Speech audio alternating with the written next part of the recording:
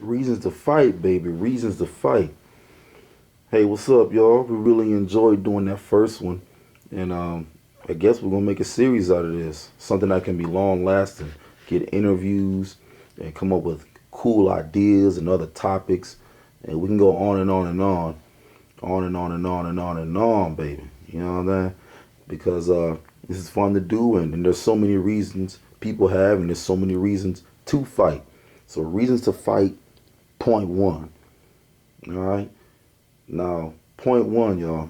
You fight to fortify your strength. You fight to increase your standing in the world. Like MJ and all the other greats said, and I believe they were right. You were not alone, because there's millions of people out there just like you, me, us, we. There's millions of people out there just like you, and you're not alone. And for whatever reasons, they fight like hell, or or they don't know how to fight. They can't defend themselves, or they scared to fight. Like my dad always used to tell me, one person scared to fight, and the other person glad they scared. Small fights, y'all, prepare you for big fights. Okay, so just like I used to have a coach that say, I can't show you the big things. I can't progress you to these moves or to these techniques or maneuvers until you get the small things right. Foot movement, breathing, um, what to do in this situation, conditioning. So if you can't do the small things right, 9 times out of 10, you can't do the big things right now. You probably can do them, but will you do them to your best? Would you know why you're doing them? Could you do them on a higher level? You need to know and have the reason and the teaching and the y'all get what we're saying. So this is why we're making reasons to fight.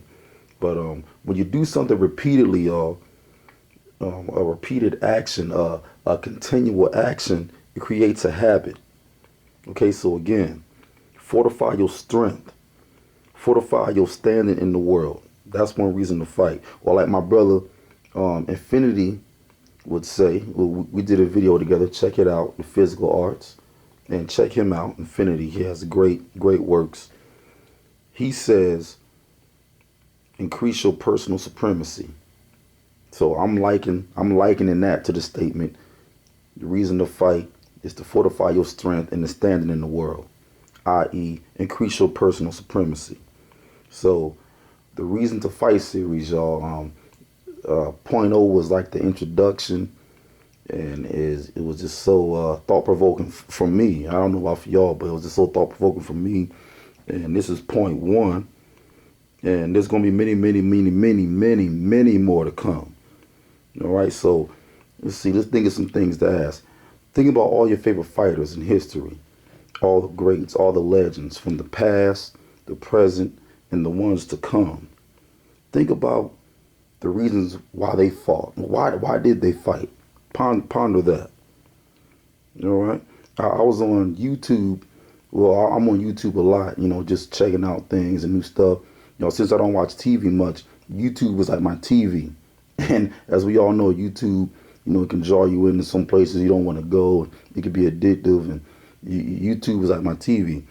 And I'm real big into kickboxing, or specifically Muay Thai kickboxing. I took up that art after grappling, and I was watching some Letway kickboxing. Letway is like, I want to say the mother art to Muay Thai, but it's almost like a brother or sister art, or it could be the mother art to Muay Thai, Muay Buran.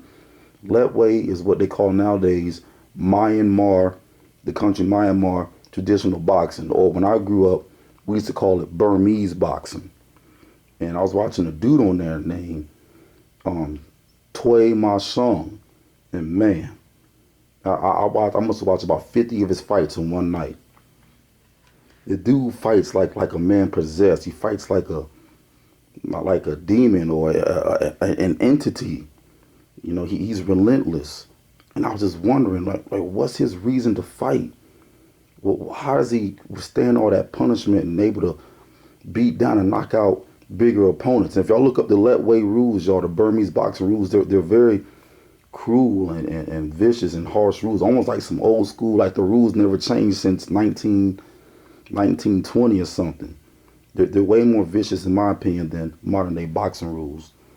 And I think they're more vicious than MMA rules, because you can't headbutt in modern MMA UFC. All right, so find you a mirror.